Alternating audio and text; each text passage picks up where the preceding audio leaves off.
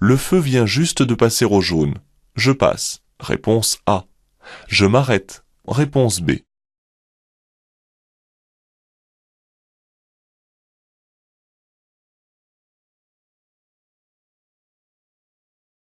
Cas difficile à résoudre, mais sachez qu'on vous présentera une situation comme ici sans ambiguïté. Le feu qui passe au jaune signifie l'arrêt.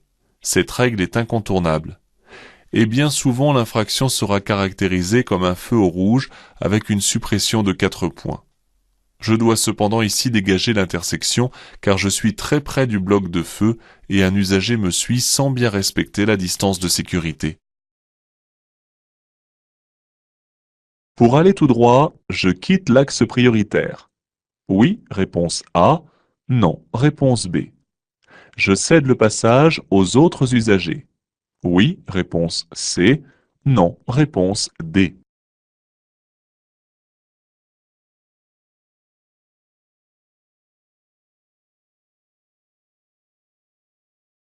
Ce panneau m'annonce une priorité ponctuelle. Du fait que l'intersection est complexe, le panonceau schéma m'indique en trait gras la route qui est prioritaire. En allant tout droit, je quitte donc l'axe prioritaire. Je ne céderai pas pour autant le passage en quittant cet axe, car je ne coupe aucune trajectoire. Je peux m'arrêter avant le panneau. Oui, réponse A. Non, réponse B.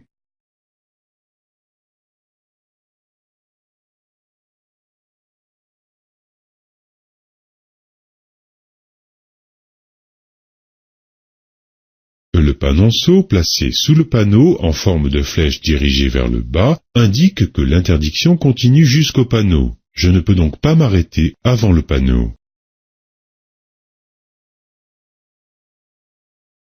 Je prends la direction de Roquefort. Je freine avant d'emprunter la sortie. Oui, réponse A. Non, réponse B.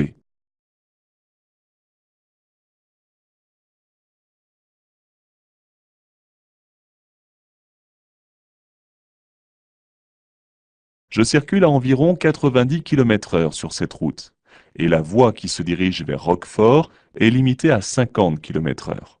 Je suis donc obligé de commencer à ralentir sur ma voie avant de sortir, afin de stabiliser mon véhicule à 50 km/h au niveau du panneau. Le clignotant et un appel de feu stop sont le meilleur moyen de prévenir les usagers derrière moi. Avant d'entreprendre un long voyage, il est conseillé de surgonfler légèrement les pneus. Réponse A. Dégonfler légèrement les pneus. Réponse B.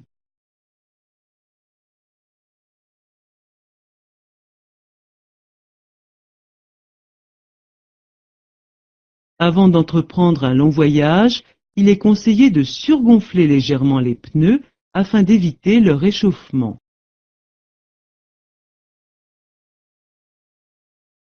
J'allume les feux de croisement. Oui, réponse A. Non, réponse B.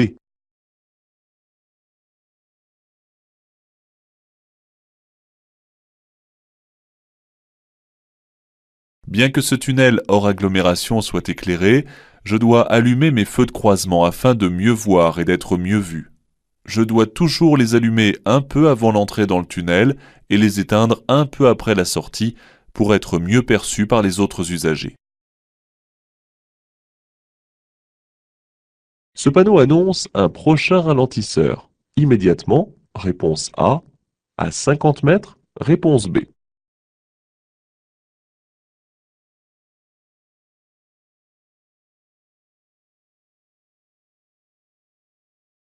Ce signal est un panneau de position. Il est placé à l'endroit même du danger qu'il signale.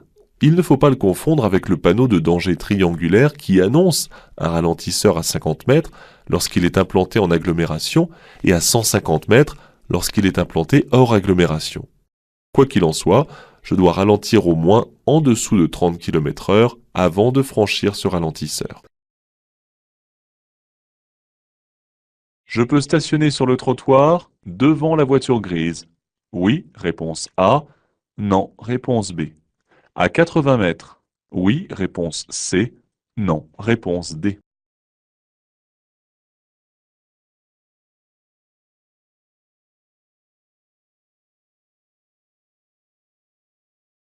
Le panneau me signale que l'interdiction de stationner s'applique pour les véhicules dont le poids total autorisé en charge est supérieur à 3,5 tonnes. Je ne suis donc pas concerné par ce panneau et je pourrais stationner à 80 mètres. Toutefois, l'arrêt et le stationnement sont strictement interdits sur les trottoirs. Sur un même parcours, l'écart de consommation de carburant entre un conducteur nerveux et un conducteur calme peut atteindre 0,1. Réponse A. 0,2. Réponse B. 0,3. Réponse C. 0,4. Réponse D.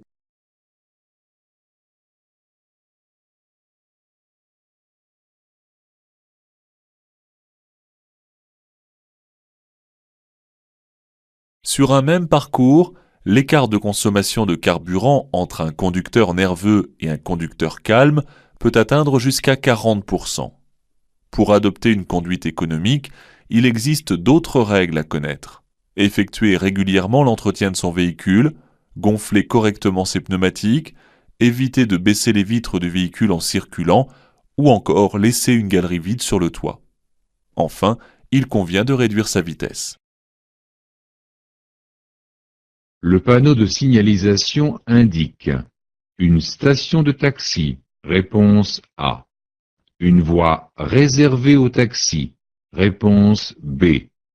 Un parc de stationnement payant pour les taxis. Réponse C.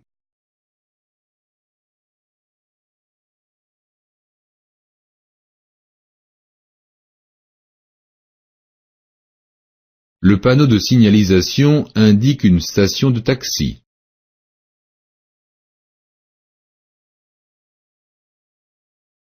Sur l'accotement à droite, je peux m'arrêter. Oui, réponse A. Non, réponse B. Stationner. Oui, réponse C. Non, réponse D.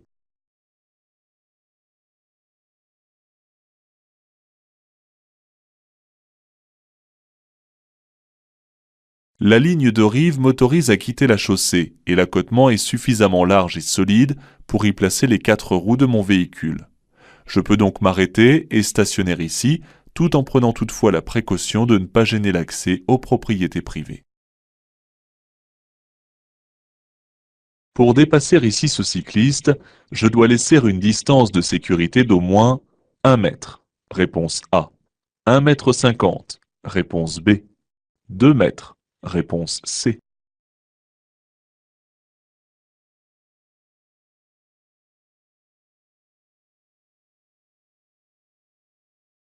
Lorsque je dépasse un usager, je dois toujours respecter une distance latérale minimum de sécurité appropriée à ma vitesse et au type d'usager. Par exemple, pour un cycliste en ville, ma distance de sécurité sera de 1 mètre minimum, car je circule à 50 km/h au maximum. En revanche, hors agglomération, ma distance de sécurité minimale sera de 1,50 m car la vitesse est plus élevée. Ce sont des distances minimales qui ne m'interdisent pas d'en laisser plus.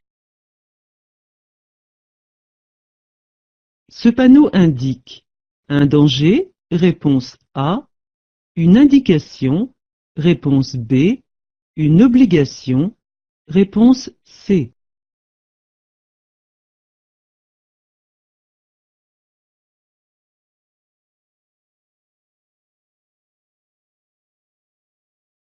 Un panneau en forme de cercle à fond bleu indique une obligation. En l'occurrence, il m'oblige à serrer à gauche. Je ralentis. Oui, réponse A. Non, réponse B.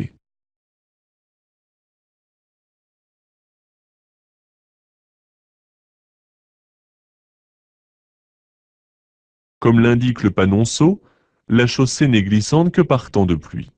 La route étant sèche, il n'y a aucune raison de ralentir à la seule vue de ce panneau. Je me prépare à effectuer un dépassement. J'allume le clignotant de suite. Oui, réponse A. Non, réponse B. Je me contente des informations données par ce rétroviseur. Oui, réponse C. Non, réponse D.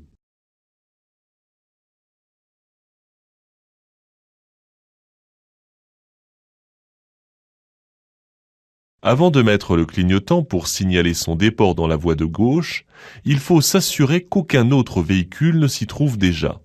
Certains rétroviseurs extérieurs, comme ici, sont équipés d'un briseur d'angle mort qui permet d'élargir le champ de vision sur le côté, mais il n'est pas suffisant et l'angle mort subsiste. Le véhicule à gauche est trop près pour me permettre de dépasser.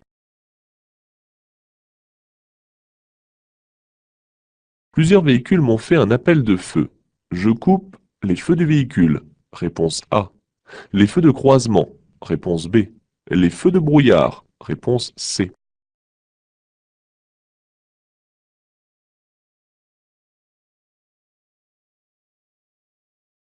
Il est probable que mes feux éblouissent. Il faudra que je vérifie leur axe et leur hauteur d'éclairement dès que possible. Je commence par couper les feux de brouillard. Si je ne reçois plus d'appel, il s'agissait alors de leur orientation trop haute. Je reste donc avec les feux de croisement allumés car ils sont ici obligatoires.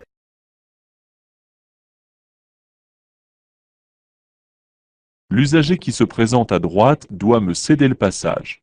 Oui, réponse A. Non, réponse B.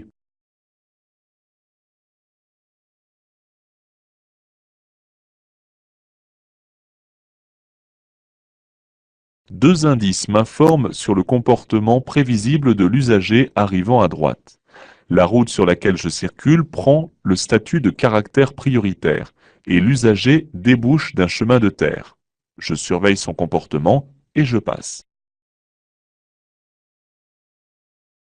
À 150 mètres, je pourrais rencontrer des feux tricolores temporaires. Oui, réponse A. Non, réponse B. Des piquets mobiles. Oui, réponse C. Non, réponse D.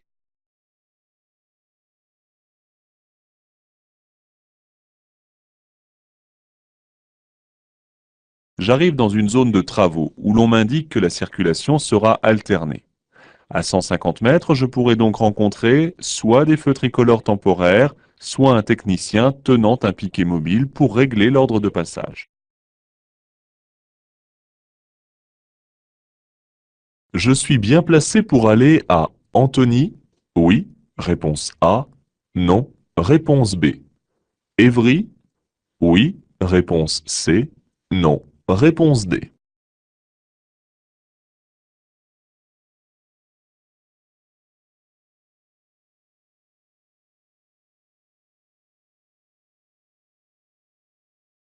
En marche normale, quand je ne suis pas en train d'effectuer un dépassement, je dois circuler dans la voie la plus à droite. Que j'aille à Antony ou à Évry, je suis donc mal positionné sur la chaussée. Enfin, la sortie qui me permet d'aller à Évry se situe à 300 mètres. En circulant à 70 km/h, il me faut moins de 15 secondes pour l'atteindre. Si je souhaite donc m'y rendre, je dois sans tarder me placer sur la voie de droite après avoir contrôlé mon angle mort. Pour stationner, je peux me placer derrière la voiture blanche. Oui, réponse A. Non, réponse B. J'enclenche une vitesse. Oui, réponse C. Non, réponse D.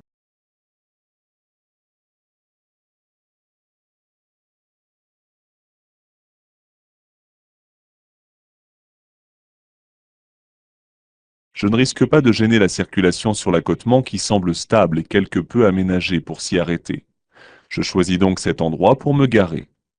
Dans une forte déclivité, il est prudent d'enclencher une vitesse pour le cas où le frein de parking serait mal serré ou s'il venait à céder.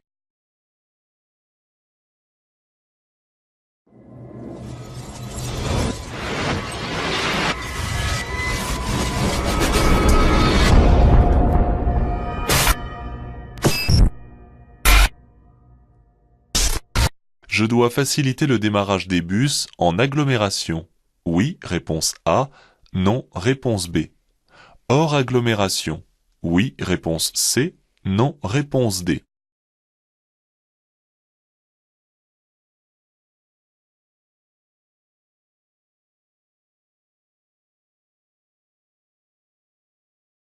En agglomération, on privilégie la circulation des transports en commun, raison pour laquelle je dois faciliter leur démarrage. En dehors des agglomérations, c'est plus délicat, car la vitesse à l'endroit d'un arrêt peut être élevée. C'est donc au conducteur du bus de ne s'insérer que si la voie est libre. Je reste cependant très attentif. Pour m'arrêter, la distance de freinage est ici plus longue que sous la pluie. Oui, réponse A. Non, réponse B.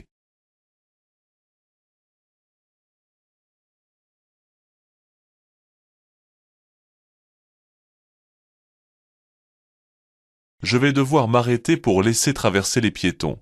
La distance de freinage sur la glace ou sur la neige est beaucoup plus longue que si la chaussée est seulement humide. Pour prévenir ici un arrêt, je circule lentement et je ne freine pas. Je laisse le véhicule s'arrêter seul sur son inertie. Sur ce zigzag jaune, je peux m'arrêter pour déposer un passager. Oui, réponse A. Non, réponse B. M'arrêter du fait de la circulation. Oui, réponse C. Non, réponse D.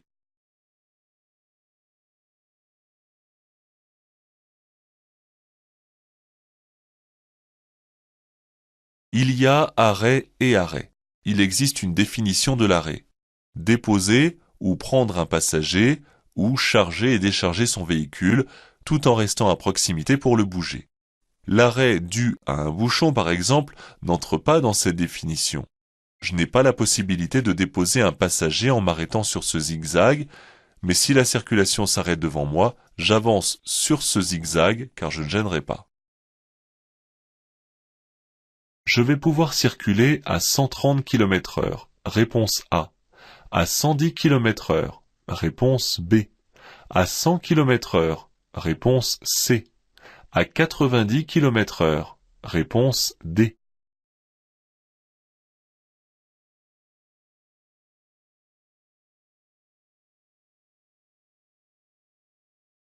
Ce panneau attire mon attention sur le changement de statut de cette route.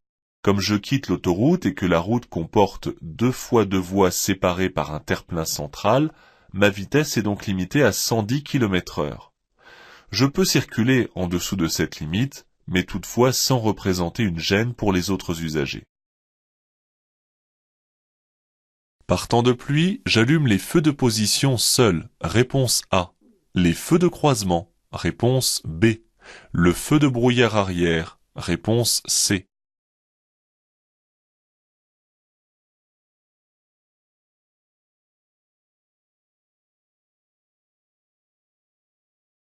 La visibilité est fortement réduite par temps de pluie. C'est pourquoi j'allume directement les feux de croisement. L'usage du feu arrière de brouillard est interdit car il éblouit les usagers qui me suivent. Mais je peux allumer les feux de brouillard avant si la pluie devient dense.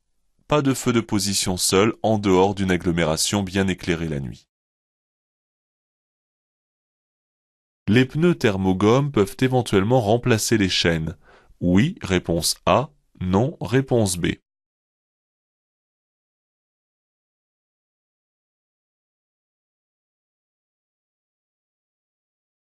En région montagneuse, il est recommandé de monter des pneus neige thermogomme dès les premières gelées. Ils ne remplacent pas les chaînes lorsqu'elles sont obligatoires, mais permettent de mieux adhérer sur les surfaces froides. Parfois, le panneau de chaîne obligatoire est complété par un panonceau autorisant les pneus neige en lieu et place des chaînes. Ce panneau se situe dans le boyau d'évacuation après le sas de survie. Je peux revenir en arrière dans le tunnel. Oui, réponse A. Non, réponse B.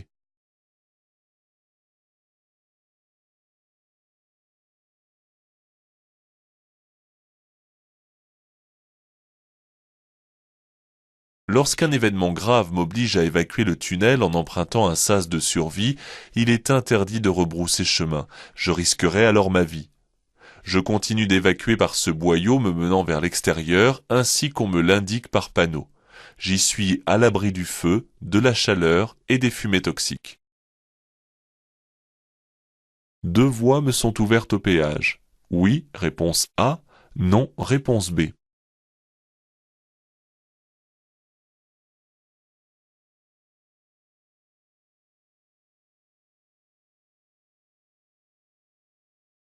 Les voies surplombées d'un petit camion et d'un hexagone jaune sont réservées aux abonnements des poids lourds. Les croix rouges signifient que les voies sont fermées. Il reste 2 voies avec une flèche verte qui laisse le péage accessible à tous les usagers. Je me présente à celle qui est devant moi. Les panneaux annoncent la suppression de la voie de droite. Oui, réponse A. Non, réponse B. La réduction à une seule voie de la chaussée. Oui, réponse C. Non, réponse D.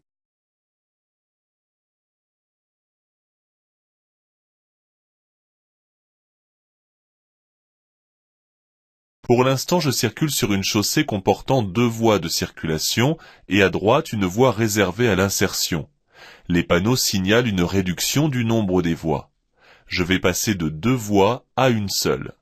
Cela signifie que la voie de droite va bientôt être supprimée, puis plus loin, celle de gauche. Ces piquets orange interdisent le stationnement. Oui, réponse A. Non, réponse B.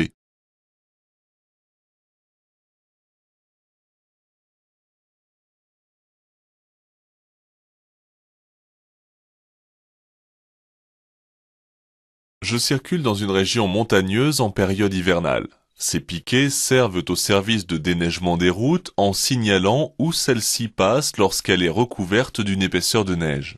Ils marquent ainsi le passage de la lame ou de la fraiseuse à neige. Si l'accotement est stable, je peux m'arrêter sur celui-ci. Je me suis placé ici après avoir tourné à gauche à l'intersection. Je peux rejoindre la voie à ma droite. Oui, réponse A. Non, réponse B.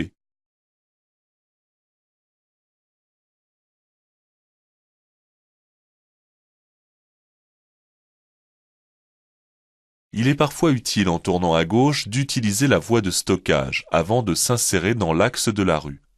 Je dois ensuite rejoindre la voie de circulation à ma droite, mais pas sans avoir au préalable contrôlé si celle-ci est libre. Le rétroviseur montre qu'elle est dégagée. Un dernier coup d'œil à droite et le clignotant précède mon insertion. Le stationnement reste possible sur l'accotement. Oui, réponse A. Non, réponse B.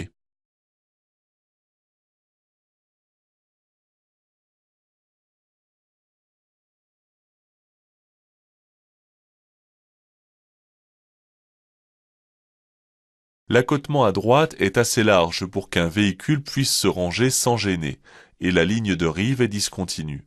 Je peux donc stationner à droite. Je ferai attention en ouvrant la portière. Je peux encore sortir ici. Oui, réponse A. Non, réponse B.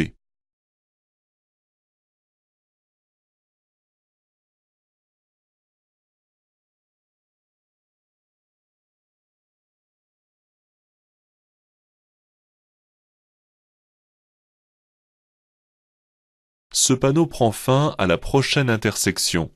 Oui, réponse A. Non, réponse B. Un panneau de fin de stationnement interdit. Oui, réponse C. Non, réponse D.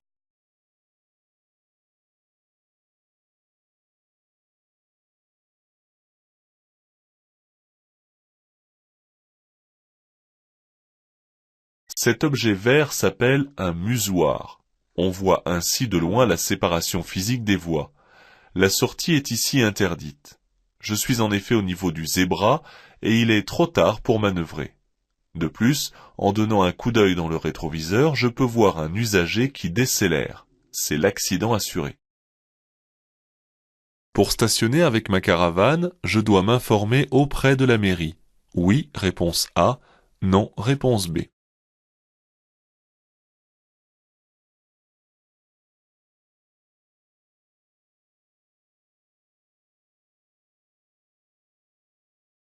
C'est une règle générale. Un panneau de prescription prend fin à l'intersection qui suit.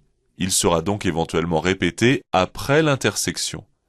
Il n'existe pas de panneau de fin d'interdiction de stationner, hormis celui de fin de zone.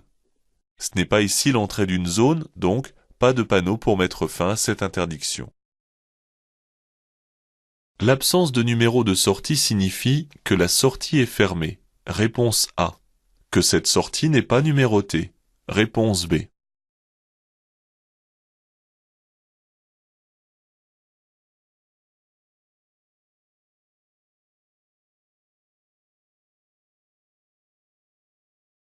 Ce panneau s'adresse à tous les utilisateurs de caravanes, qu'ils soient des touristes ou des gens du voyage. Pour stationner, surtout si je désire résider en caravaning, je dois m'informer à la mairie sur les lieux possibles, car cette commune touristique souhaite réguler ce type de villégiature. En règle générale, les sorties des voies rapides ou des autoroutes sont numérotées, ce qui est pratique lorsqu'on consulte une carte routière. Sur cette signalisation, l'absence de numéro signifie seulement qu'elle n'est pas numérotée. Une sortie fermée est bien autrement balisée longtemps à l'avance. Je ne suis pas abonné, je me place dans la voie de droite. Oui, réponse A, non, réponse B.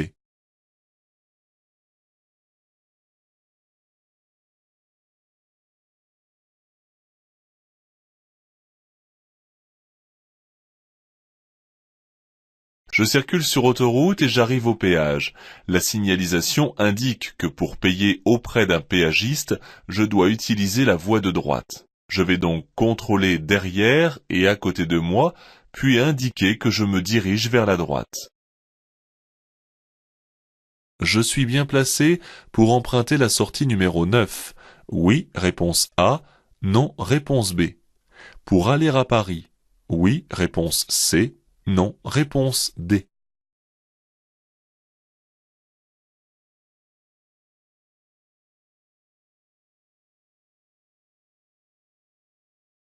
Je circule sur autoroute dans la voie la plus à droite. Je peux me diriger vers la sortie numéro 9, mais je suis également bien placé pour aller en direction de Paris.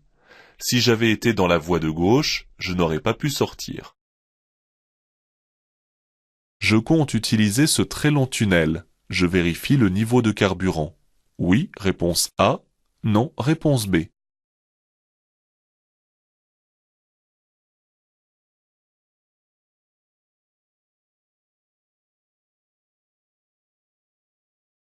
Je dois vérifier que j'ai suffisamment de carburant pour traverser un tunnel, et plus particulièrement celui-ci qui mesure plus de 10 km. Il m'en coûterait une amende et le prix d'une dépanneuse, comme sur l'autoroute, si je tombais en panne de carburant à l'intérieur. La pointe de flèche blanche du panneau indique le symbole d'une montagne. Réponse A. Montre la direction du regard. Réponse B. Annonce qu'on est sur la bonne route. Réponse C.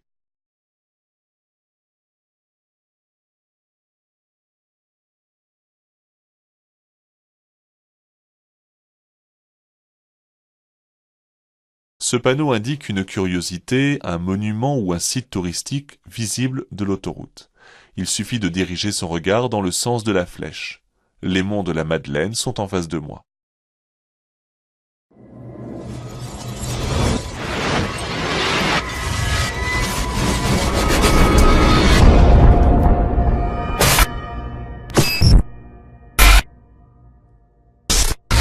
Avec ce type de chaîne, je peux circuler jusqu'à 30 km/h. Réponse A. 50 km/h. Réponse B. 70 km/h. Réponse C.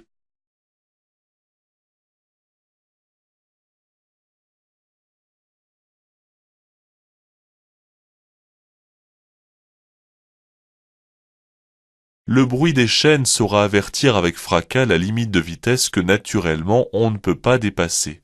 Au-delà de 30 km/h, je risque de créer de sérieux dégâts dans les passages de roues. Cette radio donne des informations généralistes de niveau national. Réponse A. De proximité autoroutière. Réponse B.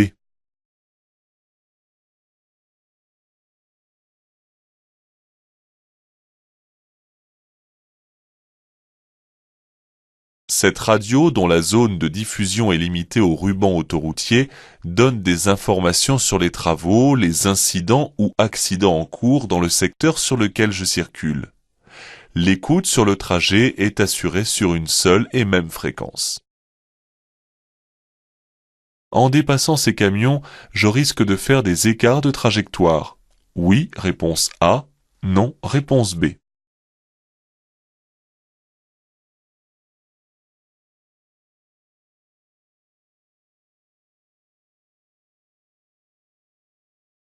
Lorsque je dépasse un poids lourd, mon véhicule est aspiré par un trou d'air puis repoussé par les turbulences. Je vais ici les subir à 3 reprises.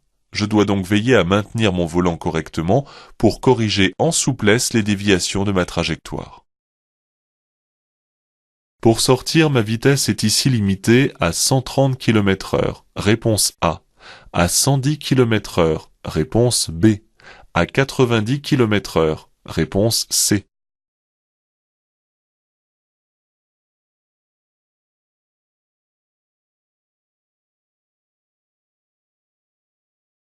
Contrairement à ce qui doit se pratiquer, je n'attends pas d'être engagé dans la voie pour ralentir. J'y entre à 90 km/h. Cela se comprend au regard de la longueur dont je dispose pour ralentir. Je signale à l'avance mon intention de sortir. Ce panneau stop me concerne. Oui, réponse A. Non, réponse B.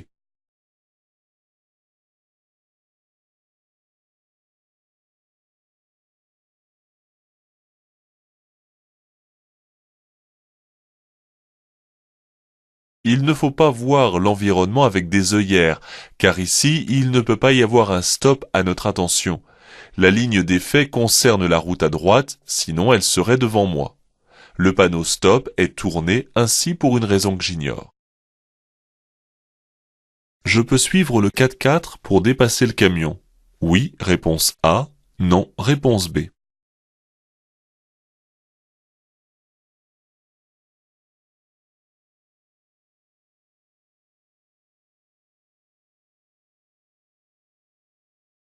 La ligne de rive continue à ma gauche confirme que les deux voies sont affectées à mon sens de circulation. Je peux donc tranquillement suivre le 4x4 devant moi pour dépasser le camion. Cependant, je dois veiller à maintenir une distance de sécurité suffisante entre nous. La nuit, les appels lumineux me servent à signaler mon approche à une intersection. Réponse A. À prévenir avant un dépassement. Réponse B. À me donner la priorité aux intersections. Réponse C.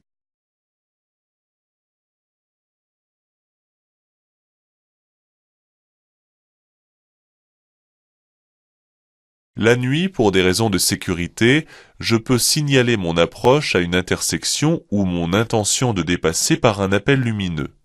L'appel doit rester bref pour être efficace et compris autrement que comme une agression. En aucun cas je ne suis autorisé à passer parce que j'ai effectué un appel de feu. C'est un simple avertissement de présence. Lorsqu'il y a 3 voies, celle de droite est réservée aux poids lourds. Oui, réponse A. Non, réponse B.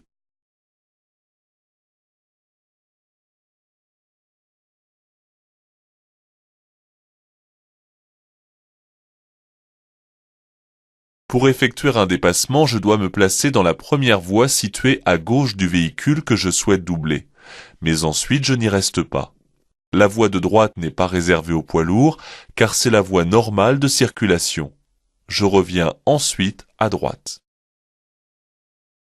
Je garde la même allure. Réponse A. Je ralentis. Réponse B. J'accélère. Réponse C.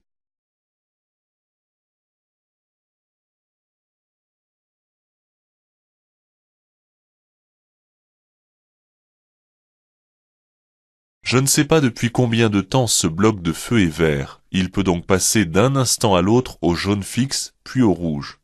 Je dois donc placer mon pied devant le frein et ralentir afin de pouvoir m'arrêter en toute sécurité. C'est à moi de laisser passer cet usager. Oui, réponse A. Non, réponse B.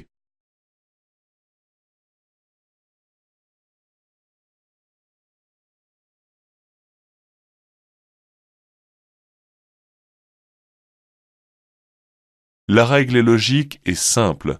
Je dois céder le passage aux usagers arrivant en face si un obstacle m'oblige à dévier ma trajectoire. C'est ici le cas. Je cède le passage à droite. Oui, réponse A. Non, réponse B.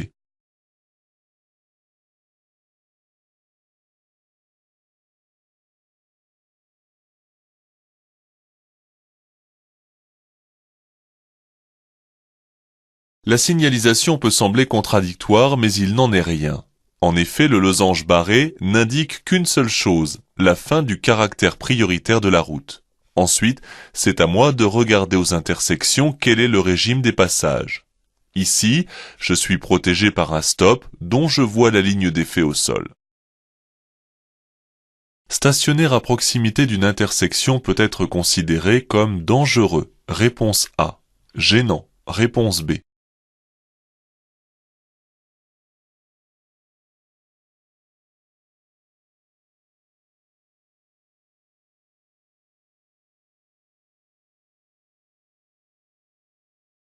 Si le stationnement masque l'intersection, il sera considéré comme dangereux. Cela se comprend. Je risque alors 3 ans de suspension du permis de conduire et un retrait automatique de 3 points. Ce rétroviseur suffit pour contrôler avant de m'insérer. Oui, réponse A. Non, réponse B.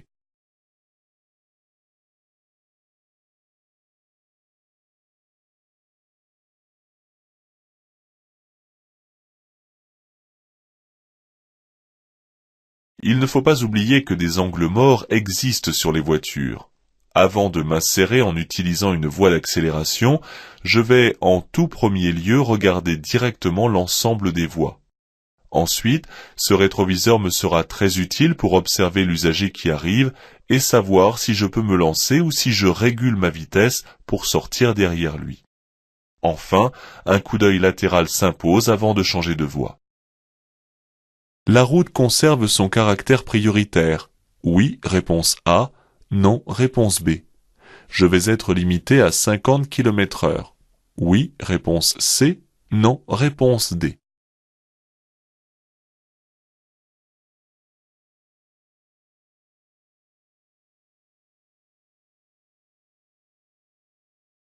Le panneau losange n'est pas barré, ce qui signifie que la route qui traverse l'agglomération conserve son statut. Je serai donc protégé tout du long. Attention cependant aux feux réglant la circulation. Un panneau de limitation de vitesse à 70 km/h autorise sur ce tronçon à circuler au-dessus de la vitesse qu'impose l'entrée dans l'agglomération. Pour économiser du carburant et moins polluer, je coupe le moteur au feu rouge. Oui, réponse A.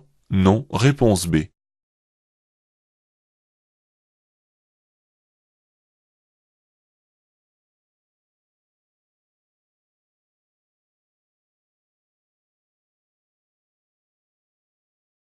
Il est inutile de couper le moteur à l'arrêt au feu, car je ne reste pas assez longtemps immobilisé.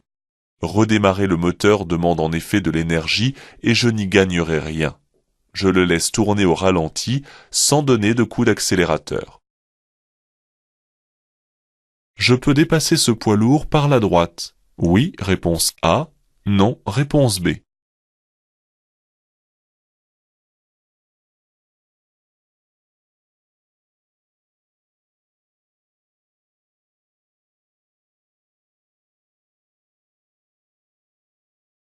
Ce poids lourd ne signale pas de changement de direction, il va donc rester sur sa voie.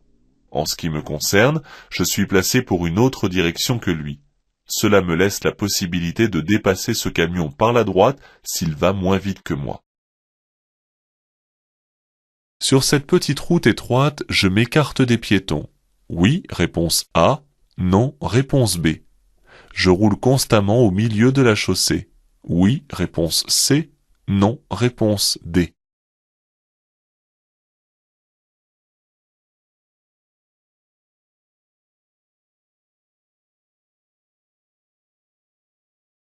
La règle oblige à circuler à droite de la chaussée autant que son profil ou son état le permettent. Avec une bonne visibilité sur une petite route étroite, je ne suis donc pas obligé de serrer strictement le bord droit. Je dois cependant m'écarter d'1,50 m des piétons, mais aussitôt revenir bien à droite à cause du croisement plus loin avec un cycliste. Pour prendre la deuxième sortie en direction d'Angers, je termine le dépassement en cours. Réponse A. Je ralentis pour revenir derrière le camion. Réponse B.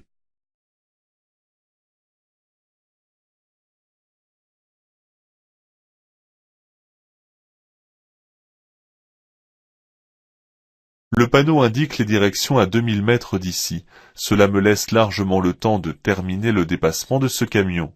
Je n'accélère pas plus et je reviendrai tranquillement à droite.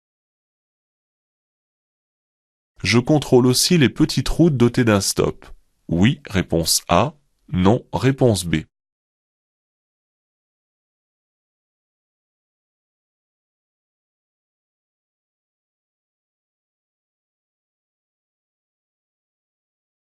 Il n'y a pas de petites ou de grandes routes. Il y a des routes avec des usagers. Nul n'étant infaillible, je regarde aussi, pied devant le frein, vers les petites routes sans aucune visibilité.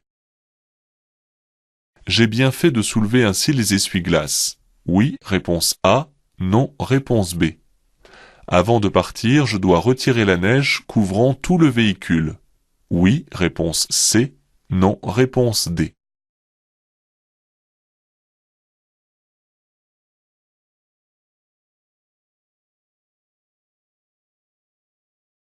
Cette technique est souvent utilisée en région enneigée. La raison en est simple, c'est pour que le caoutchouc ne colle pas sur le verre du pare-brise avec le gel. Afin d'assurer la visibilité tout autour du poste de conduite, je vais dégager la totalité de la voiture de sa gangue de neige. Si je dois stationner dans cette descente, en plus du frein à main, je peux passer une vitesse. Oui, réponse A. Non, réponse B. Tourner un peu les roues vers le trottoir. Oui, réponse C. Non, réponse D.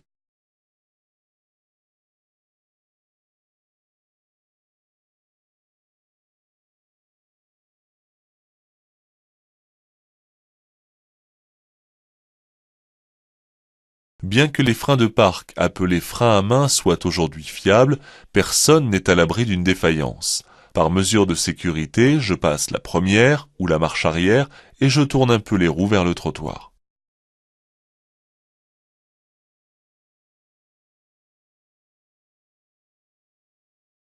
Pour limiter la fatigue de la conduite, je m'arrête toutes les 2 heures. Réponse A. J'aère l'habitacle. Réponse B. J'écoute la radio. Réponse C.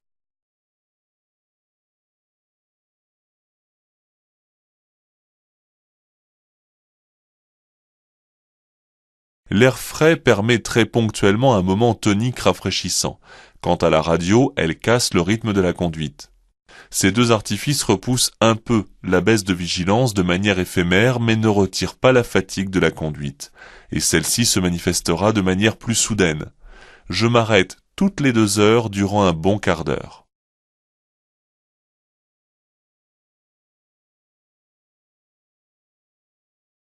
Les petits symboles jaunes montrent le réglage du désembuage rapide du pare-brise. Oui, réponse A. Non, réponse B. Le réglage actuel est positionné pour désembuer le pare-brise. Oui, réponse C. Non, réponse D.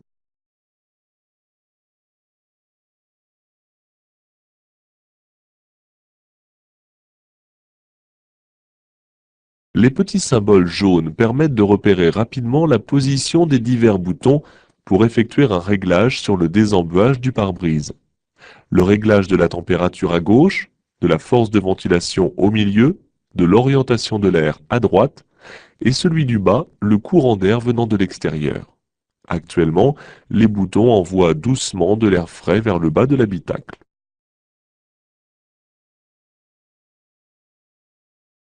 L'interdiction de dépasser est justifiée par l'interdiction de stationner, réponse A, le rétrécissement par la gauche, réponse B, la densité de la circulation, réponse C.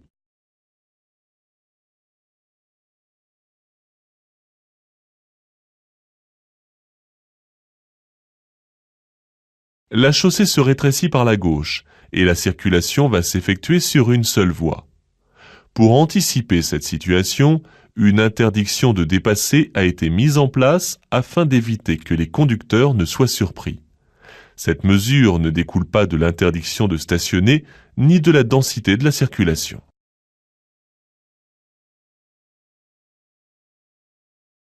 La camionnette a le droit de stationner à cet endroit. Oui, réponse A. Non, réponse B.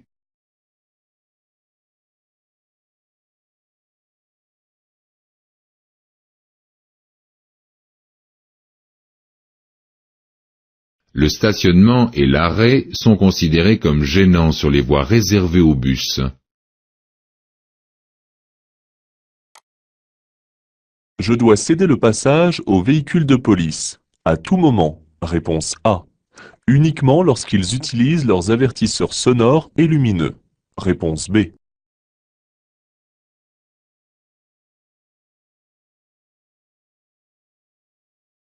Les véhicules de police font partie des véhicules dits prioritaires, tout comme ceux de la gendarmerie, des pompiers, du SAMU et du SMUR.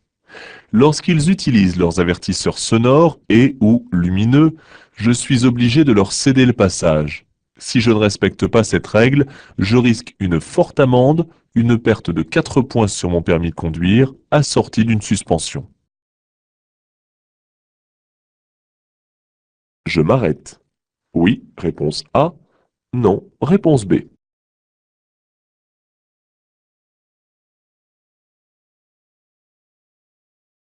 Je suis tenu de céder le passage aux piétons régulièrement engagés dans la traversée d'une chaussée, qu'ils soient ou non sur un passage piéton.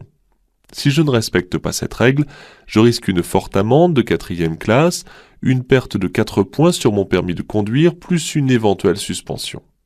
De plus, en regardant dans mon rétroviseur intérieur, je n'aperçois aucun véhicule derrière moi. Je peux donc m'arrêter en toute sécurité. À 2000 mètres, je vais rencontrer un poste de péage. Oui, réponse A. Non, réponse B.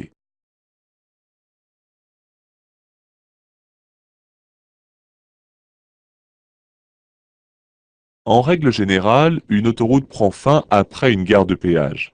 S'il y en avait eu une, elle serait alors derrière moi. Ces panneaux annoncent une fin d'autoroute à 2000 mètres. Il ne s'agit pas ici d'une simple sortie. La signalisation indique une chaussée rétrécie par la droite, réponse A, une chaussée rétrécie, réponse B, une chaussée rétrécie par la gauche, réponse C, une interdiction de dépasser, réponse D.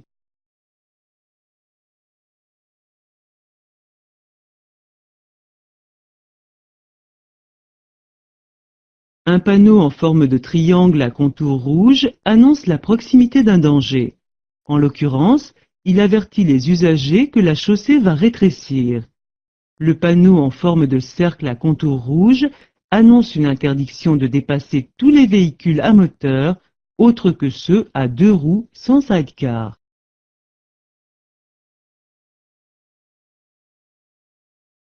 Je tourne à gauche. Je cède le passage à la voiture rouge. Oui, réponse A. Non, réponse B.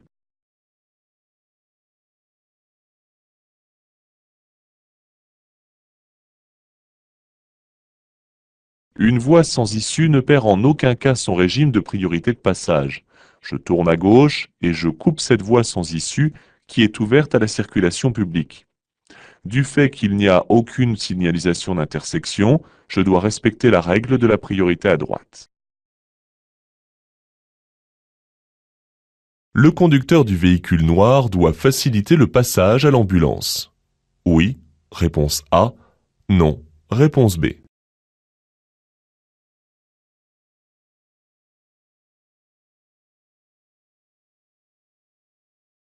Les usagers doivent faciliter la progression des ambulances.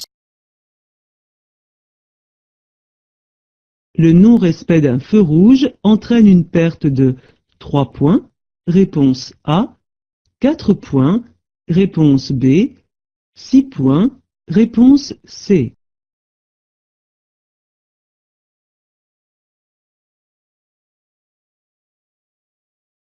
Le non-respect d'un feu rouge entraîne une perte de 4 points sur le permis de conduire. Ce véhicule termine de me dépasser. Je maintiens mon allure, réponse A. Je ralentis, réponse B.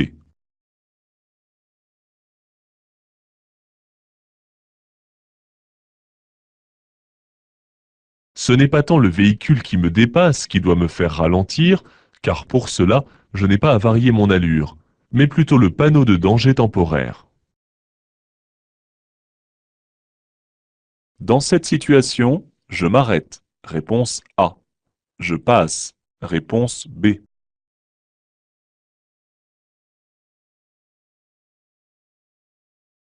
J'aborde un passage piéton, et un piéton est largement engagé. Je dois lui céder le passage. Le conducteur du véhicule derrière moi ne sera pas surpris par mon arrêt si par anticipation je lui ai signalé mon intention à l'aide des feux stop. Ces deux véhicules stationnés l'un derrière l'autre sont en infraction. Oui, réponse A. Non, réponse B.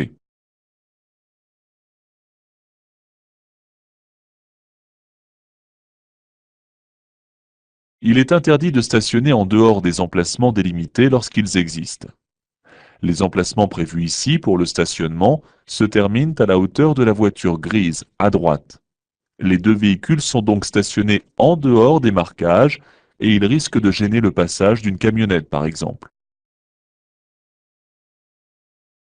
L'accès de cette route est limité à 45 km/h. Oui, réponse A. Non, réponse B. Aux véhicules de moins de 3,5 tonnes de poids total à charge. Oui, réponse C. Non, réponse D.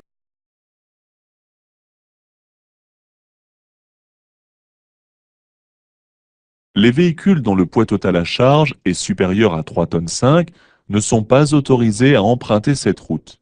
Tous les véhicules dont le poids total à charge est inférieur pourront donc y accéder. Cependant, ils ne devront pas circuler à plus de 45 km/h.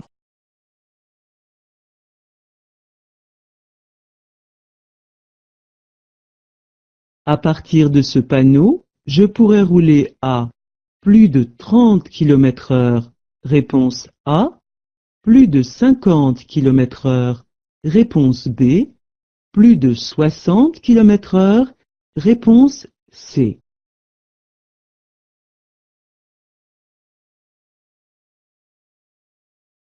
Le panneau met fin à une limitation de vitesse à 30 km/h. En revanche, la vitesse en agglomération reste limitée à 50 km/h. Je circule actuellement sur une route à caractère prioritaire. Oui, réponse A. Non, réponse B.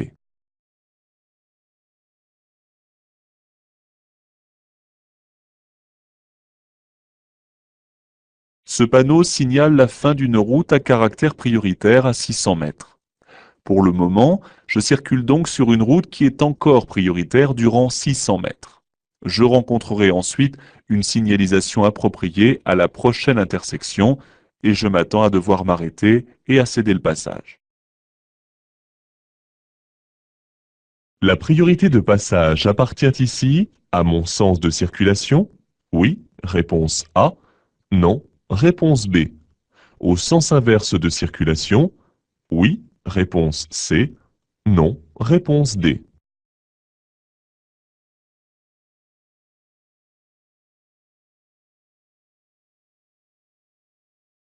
Il n'y a pas de priorité de passage.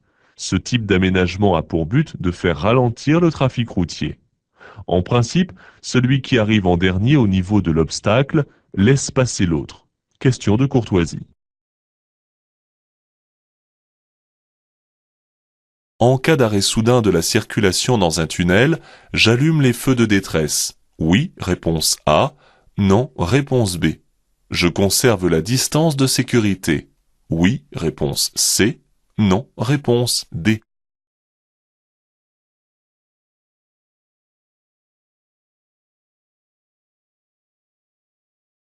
En cas d'embouteillage dans un tunnel, je m'arrête en serrant le bord droit de la chaussée et tout en respectant les distances de sécurité d'origine, soit bien souvent 70 mètres. J'allume les feux de détresse si je suis le dernier de la file et je coupe le moteur. S'il n'y a pas de danger de feu, je reste dans mon véhicule pour suivre les instructions données par les employés du tunnel.